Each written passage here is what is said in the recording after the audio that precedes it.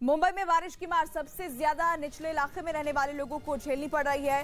कई जगहों पर सड़कें डूब गई हैं। लोअर परेल के कुछ हिस्सों में तो इतना पानी भर गया कि लोगों को सड़क पार करने के लिए भी कई बार सोचना पड़ रहा है। मुंबई में मौसम विभाग ने अगले 24 घंटे के लिए भारी बारिश का अलर्ट जारी किया है। निचले इलाकों में रहने वाले लोगों को सतर्क कर दिया गया है।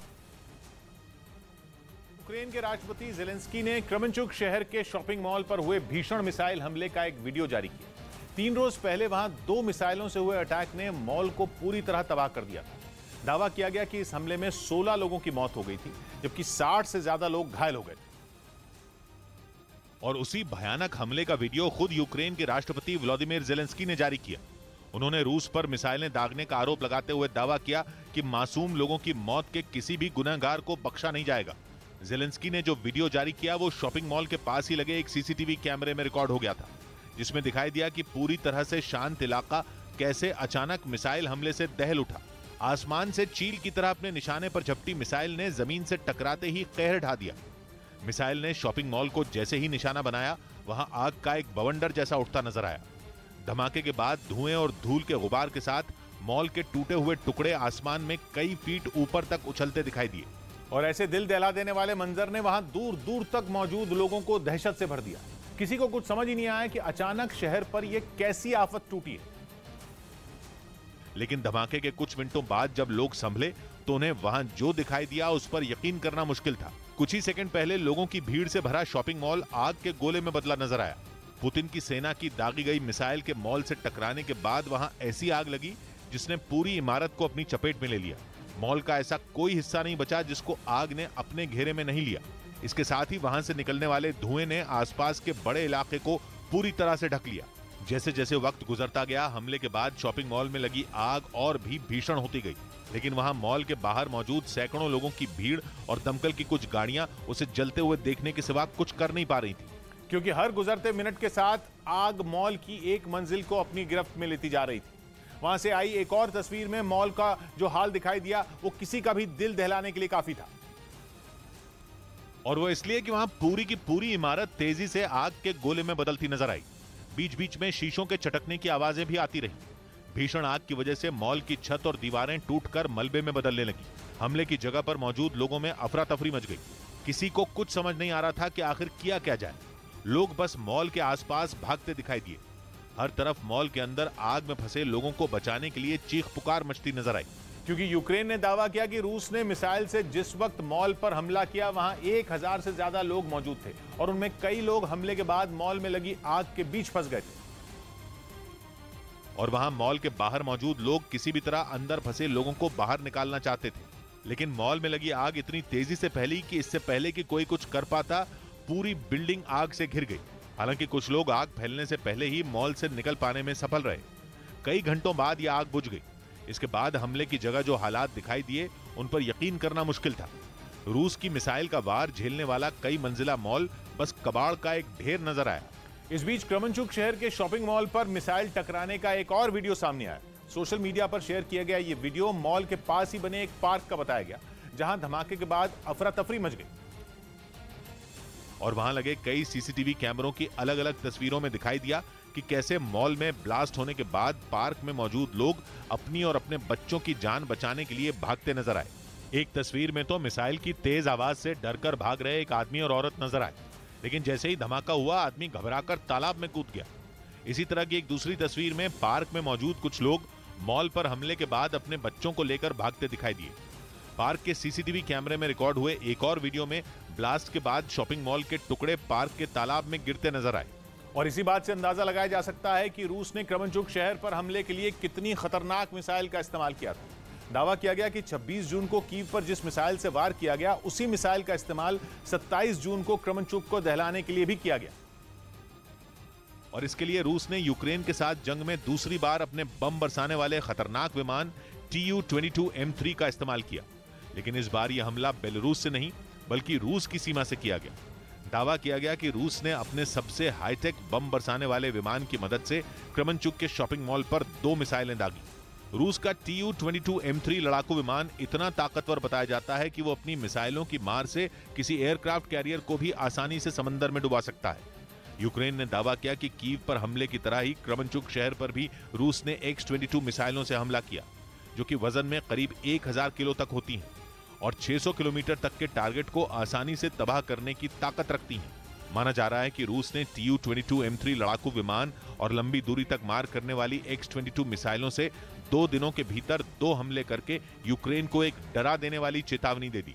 और चेतावनी ये कि अगर जेलेंस्की और उनकी सेना ने जल्द घुटने नहीं टेके तो पुतिन की सेना कीव और क्रेमेंचुक जैसे और हमलों को अंजाम दे सकती है। उत्तर भारत में भी मानसून ने दस्तक दे दी। दिल्ली, हिमाचल प्रदेश और पंजाब समेत कई राज्यों में तेज बारिश हुई, जिससे लोगों की मुश्किल बढ़ गई। मानसून एक्टिव ही रहेगा, कल भी रहेगा। वहीं दिल्ली के पुल प्रहलादपुर में तेज बारिश से अंडरपास के अंदर पानी भर गया। उधर उत्तराखंड के रुद्रप्रयाग में तेज बारिश की वजह से बद्रीनाथ केदारनाथ हाईवे पर ट्रैफिक रोकना पड़ा।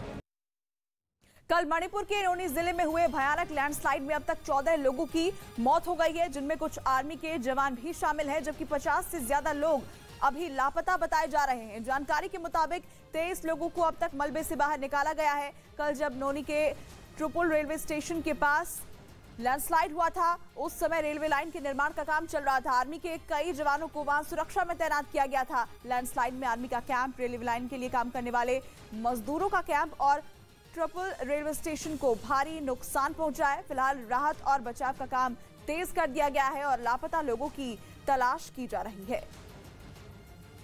इधर चीन को घेरने के लिए भारत और पाकिस्तान ने प्रशांत महासागर में दुनिया की सबसे बड़ी नेवल एक्सरसाइज शुरू कर दी। सबसे बड़ी इसलिए क्योंकि अकेले भारत और अमेरिका ही नहीं बल्कि दुनिया के कुल 27 देश इस रिम्पैक्ट ड्रिल में हिस्सा ले रहे हैं, जिसमें चीन के पड़ोसी तक शामिल हैं। और उस रिम्पैक्ट सैन्य अभ्यास में अपना दमखम दिखाने के लिए भारत का INS सतपुड़ा अमेरिका की नौसेना के अड्डे पर पर्ल हार्बर पर पहुंच चुका है। INS सतपुड़ा देश में ही बनी गाइडेड मिसाइल स्टेल्थ फ्रिगेट है, जो कि आसमान, जमीन और पानी के अंदर दुश्मन को ढेर कर सकती है। ऐसी खतरनाक फ्रिगेट अमेरिका की नौसेना के साथ युद्ध अभ्यास करेगी। उसके साथ भारतीय नौसेना का एक PHI मैरीटाइम पेट्रोल एयरक्राफ्ट भी इस ड्रिल में हिस्सा ले रहा है। रिम्पैक्ट एक्सरसाइज चीन के खिलाफ इतनी बड़ी मोर्चेबंदी है कि उसमें भारत, अमेरिका, जापान और ऑस्ट्रेलिया जैसे क्वाड देशों से लेकर ब्रिटेन, फ्रांस, जर्मनी, इजराइल और दक्षिण कोरिया जैसे ताकतवर देश शामिल हैं। और तो और फिलीपींस, मलेशिया और ब्रुनेई जैसे वो देश भी इस ड्रिल का हिस्सा हैं, जिनका दक्षिण चीन सागर में चीन से 36 का आंकड़ा चल रहा है। मतलब भारत और अमेरिका ने ऐसा हाथ मिलाया है कि चीन अलग थलग पड़ गया। तैयारी चीन को उसके पड़ोस में ही घेरने की है, क्योंकि इंडो पैसिफिक रीजन में चीन की बढ़ती दादागिरी ने सबकी नाक में दम किया हुआ। और रिम्पैक्ट ड्रिल का मकसद ही है इंडो पैसिफिक यानी हिंद और प्रशांत महासागर के इलाके को किसी एक देश की बपौती न बनने देना।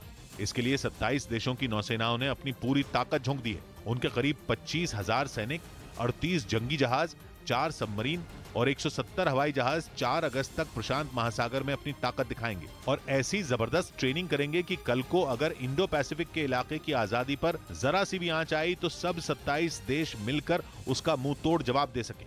इतना ही नहीं, 27 देशों की ये नेवल एक्सरसाइज ऐसे वक्त में हो रही है जब हाल ही में चीन ने अपना तीसरा एयरक्राफ्ट कैरियर लॉन्च किया, जो कि चीन का सबसे बड़ा, सबसे आधुनिक और सबसे ताकतवर एयरक्राफ्ट कैरियर है। चीन का ये एयरक्राफ्ट कैरियर ऐसी बला है जिसके बूते चीन ज्यादा एयरक्राफ्ट लॉन्च कर सकेगा, ज्यादा तेजी से लॉन्च कर सकेगा और ज्यादा गोला बारूद के साथ लॉन्च कर सकेगा। चीन के पास पहले ही दुनिया की सबसे बड़ी नौसेना है और उस पर वो उसे लगातार धार देने में लगा है। इसी बात से चीन के सभी पड़ोसियों, यहाँ तक कि अमेरिका के माथे पर भी चिंता की लकीरें खिंची हुई हैं। क्योंकि नौसेना की ताकत ऐसा हथियार है जो हिंद और प्रशांत महासागर के इलाके में जंग छिड़ने पर चीन का पलड़ा भारी कर सकती है। अपनी इसी ताकत पर चीन इतरा रहा है, लेकिन अब दुनिया के 27 देशों की नौसेनाओं ने चीन के खिलाफ बाजुएं चढ़ा ली हैं। प्रधानमंत्री शनिवार से 3 दिन के तेलंगाना और आंध्र प्रदेश के दौरे पर रहेंगे।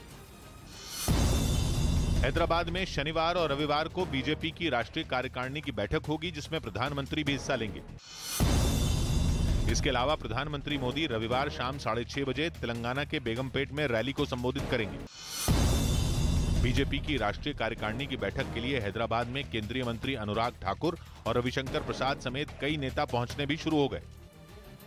नेपाल में लगातार हो रही बारिश का असर बिहार के पूर्वी चंपारण में भी दिखाई देने लगा है। भारी बारिश के बाद बागमती नदी के उफान पर होने की वजह से कई इलाके बाढ़ की चपेट में आ गए हैं। वहीं सड़कों के पानी में बह जाने से कई गांवों का संपर्क शहर से टूट गया है। सामने आई तस्वीरों में लोग पानी के तेज बहाव के बीच सड़क पार करते दिखाई दिए, जबकि आसपास का पूरा इलाका पानी में डूबा हुआ नजर आया।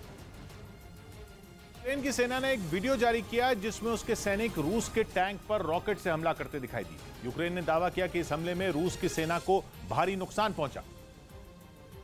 और जो वीडियो जारी किया गया उसमें रूस की सेना का एक टैंक खड़ा नजर आया, जिसके पास रूस के कई सैनिक भी मौजूद थे, जो इस बात से बिल्कुल बेखबर थे कि उन पर दुश्मन रॉकेट से हमला करने वाले हैं। जैसे ही टारगेट लॉक हुआ, यूक्रेन की फौज ने रॉकेट से हमला बोल दिया, जिसके बाद वहां जोरदार धमाका हुआ।